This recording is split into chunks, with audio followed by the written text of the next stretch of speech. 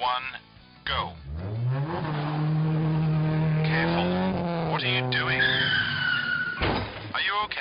Hi everybody and welcome to another bonus stage of the Power Drifting podcast. Just me today, it's Mike, bringing you another one of our minor games in the grand pantheon of rallying games, and that will be Dakar 18.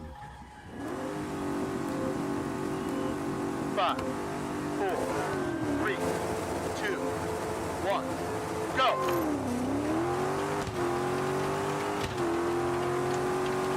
500, get ready to turn left. Now, Dakar is a name well known to rallying fans and motorsports fans around the world. And it's a game which, rally itself, which tends to be very well represented in gaming over the years. We had games on the 8-bits, on the PS2, had a Paris Dakar rally game as well.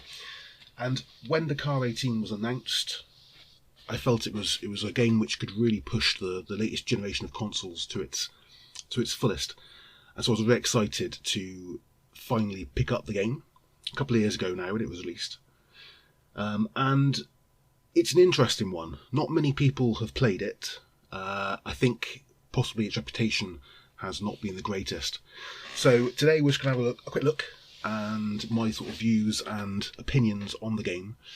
And obviously, as always, we will give it a score at the end as well, which you're all welcome to feedback whether you agree or disagree with my opinion.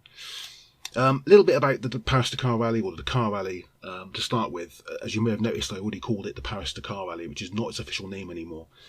The Paris Dakar Rally is a long-standing rally which went, as its name may point towards, from Paris in France to Dakar in Senegal. In the early 2000s, I believe, there were some issues with some armed terrorist groups, and so the rally became slightly more dangerous than just having to go over lots of desert. So they actually decided to change the venue of the rally. I believe they changed the venue within Africa a couple of times, eventually settling on South America, more specifically Peru, Argentina, so the west side of South America. It's a really interesting fact that they've kept the name. Obviously, Dakar is the capital city of Senegal. It's not anything to do with South America, so it's the brand name has almost taken on a life of its own. As I've said, there are other games which have touched on this series before. There was a game on the PS2 which I have to say I've never actually played, so I don't know what that was actually like. But also there was an older game which I think was very much a rally game or racing game, which just said it was a Paris Dakar rally and basically had a couple of desert stages, I think. But to put you into context of what this game, Dakar 18, tried to do, the game came from Big Moon, which I believe is a Portuguese developer. Not a name I'm familiar with, so whether they were a new developer just for this game, I'm not sure. It does really have a really, really big scale to it. I think that's the word I'm going to use. I'm going to be using that word quite a bit. It also has a great deal of ambition. Now, the concept is that the entire rally is covered. That covers many stages which are not your typical length. And when I say not typical length, I don't only mean in video game form. I mean in rallying form. This isn't 25-mile forest trails as the WRC championships would have. This is 500 kilometres. This is 400 kilometres. This is long, long stages. Now, the game has gone for a scaled-down version, so that is, rather than having every single kilometre actually being a kilometre, and all of us never being able to finish the game, it scales it down so that each stage is a more manageable length. It's still, though, really long stages. Some of the stages can take up to an hour to complete, and I think that's a great way of getting across the marathon style and the stamina and endurance which is needed for this kind of rallying event. So it does that really well, and it scales it down. Has all the official cars, bikes, trucks, strange buggy off-road things that people with a far greater depth of motorsport knowledge than me will know a lot more about. But on that fact, on the representing the real life event, it does a really good job. What the game also tries to do is give a sense of personality.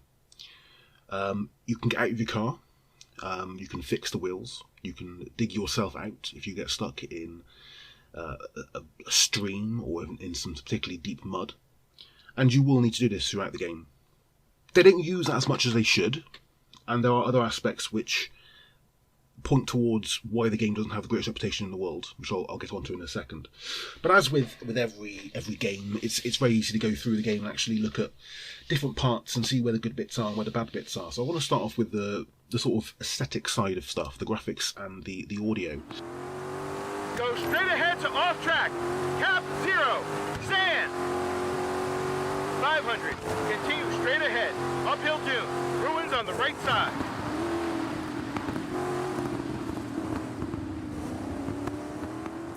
Graphically, it's not too bad. I've got quite a low threshold for modern gen games. I still think games pretty much reached their zenith in terms of wowing me with graphics back in 2007, 2008. And I think that the graphics in here are serviceable. There are some obvious issues. It's not as high textured as you would possibly want a modern racing game to be. But then you are looking at very, very large, very, very long stages. So that's quite impressive. There's a little bit of slowdown. Nothing which will be a killer. Racing games are notorious for having real issues if they have slowdown. It's the one thing you don't want in a racing game. But this doesn't have that. It doesn't have that degree of slowdown. And when it does, you're usually on a very, very long straight. So it doesn't actually matter a huge amount. At the same time, some of the background details are very, very poorly constructed. Whilst the vehicles themselves look lovely, the in-car views look lovely, some of the background details are clearly there just as filler, I would say, to make the game world itself feel a bit deeper and a bit wilder. It's interesting. I don't think it's top-tier graphics by any means, but it's also not a complete eyesore.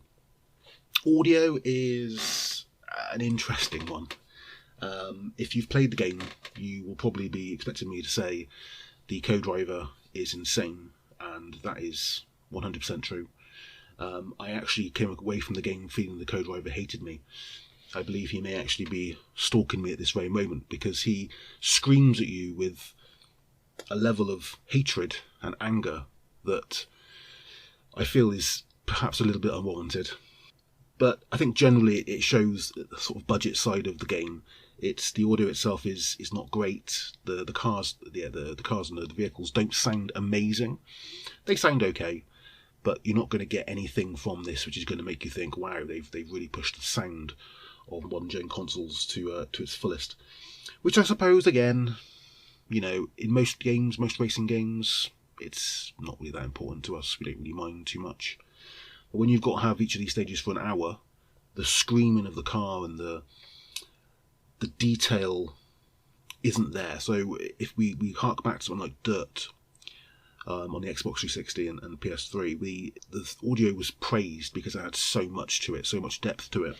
Even though sometimes it was very shrieky, because obviously it's a car, and if you hit a wall at great speed, you're going to have a shriek in your ear. It's not going to be a nice soft thud. In this game, it feels like it's always at that level, which is a bit disappointing and a bit disconcerting. But aesthetically, it's passable. It's not top, but it's, and it is a full price game when it came out, but it's not a game killer for me. Gameplay is very much what you'd expect, I think. It's a long rally style game. There are other cars on the tracks occasionally as well. Some of them will be stuck, some of them will get in your way. I say try and get in your way. I don't think they actually try and get in your way. I think they just do get in your way. The weird thing with the gameplay is the control. The control is odd. Some of the cars have very, very touchy steering.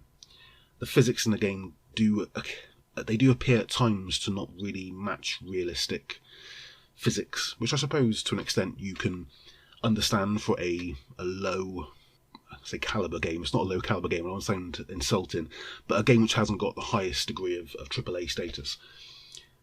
But it is very twitchy, and it does feel at times like you are controlling something which shouldn't be controlled. And when you're trying to go for an hour, this is really difficult. At the same time, it does keep you on edge. It keeps you really having to be focused. And it is one of the few games I've ever played, rallying or not, where the focus has to be for that entire hour. I felt after every single stage I had done that stage. So whether they've done that deliberately for the controls, I'm not sure. Some of the other vehicles control in even weirder ways. The motorbikes control very haphazardly. The big trucks I feel a lot easier to control, but obviously they're much slower and they are far more cumbersome. Is it a game killer for me, the gameplay? I think it's an unintended an unintended bonus for me to an extent, in terms of the fact that it wasn't an easy arcade driving experience. If it had been, I think the game would have lost something.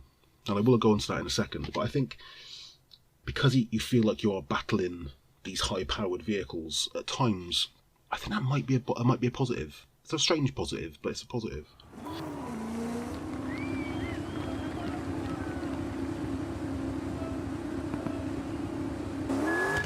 Slow down or we will miss our mark.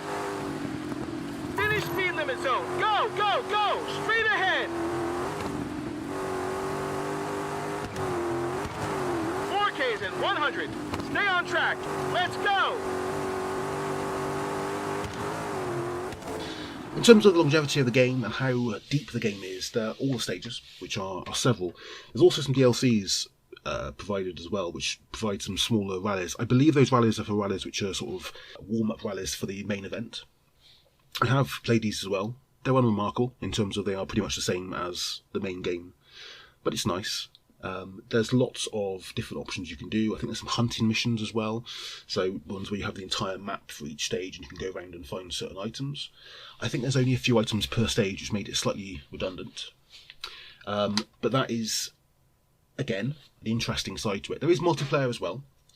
I haven't heard a huge amount of good things about the multiplayer on the game, which is a shame, but I believe that there is multiplayer there. Whether you'll be able to find anyone who plays it now is unfortunately unlikely, either on Xbox One or PS4.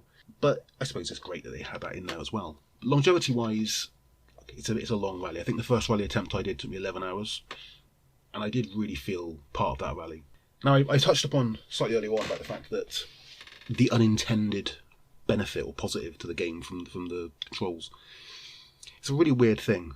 If the game had been an easier game to control, if the game had been shorter stages, I don't think the game would have had the character that I would want from the game. This feels like the kind of game which an indie developer, I'm not saying the developers of this game are indie developers, I don't know enough about the developers myself to actually know, but to me it felt like it's an experiment. It's something which they've laid out on the line, what they're going to do, and at times it actually does work. It does feel like you're racing a really long, arduous, difficult race.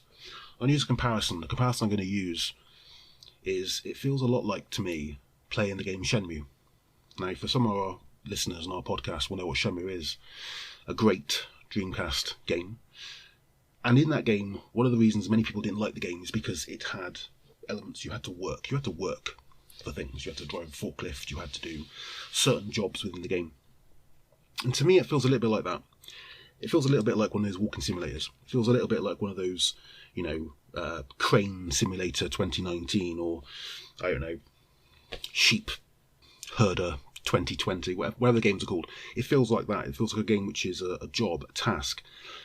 That's not always what I want to play, but occasionally I can enjoy that. I can see that. At the same time, I think we have to say the game didn't really succeed at what it wanted to do. It's an uncomfortable mess at times. It's a arduous slog at times. If you love the idea of an open world racer, a bit like Motocross Madness many years ago, or if you enjoyed the off-road elements of Forza Horizon but want a maybe more real-world experience in terms of a motorsport real-world experience, then this will still appeal. And they have updated. So when it first came out, it was plagued by bugs. I remember my car developing faults and wheels coming off for no reason whatsoever. They fixed those. So the patches did come out. I actually have the Xbox One version. When I've played it last, it played okay. There's still a couple of bugs. There are a couple of leaderboard bugs. There's a couple of issues where I will run into a rock onto a road which I didn't see, and my entire car will not explode, but it won't be able to run at all. And then when I try and reset it, it doesn't reset, and things like that. They are still occasionally present, but a lot of the problems they had have gone. Credit to the developer for them. They have gone quiet for the last year, the developers, which is a bit of a shame. But they have, or at least from what I've seen, they've gone quiet. But they've done something with the game. It's difficult to say. I know people will probably, if they've played the game, you'll listen to this and you think he's going to tear into this game. I sort of like it. There are certain elements of it I do like, and I don't know why. Maybe it's my my open world racing heritage, my open world racing desires to see this kind of game. It's really interesting what it does. It doesn't succeed, and for most people it will be far too arduous. But for me, I sort of liked it, and there are some positive points. Is it worth £50? No, it's not worth £50. Is it worth £10 if you see it? I think so. Even just for a laugh, if you do think the game is far too over experimental and far too over ambitious in what it does, it's still interesting. You know, you'll delve into some things that will be. You will soon get into the stages and you'll realise actually you've been playing for several hours when the game probably doesn't deserve it overall, but you still do play it.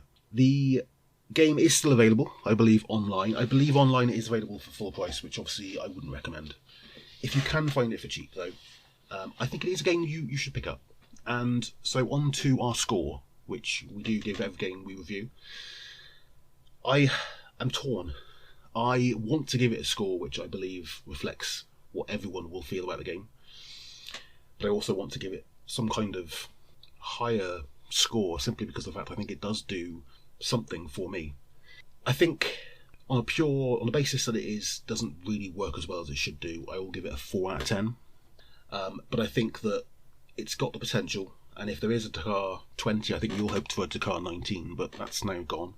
If there is Dakar 20 or Dakar 21, if they build on this, I do believe that actually we could be looking at a 5, 6, 7, 8 very, very easily. And I do think that those open-minded listeners, I would say pick it up, give it a go.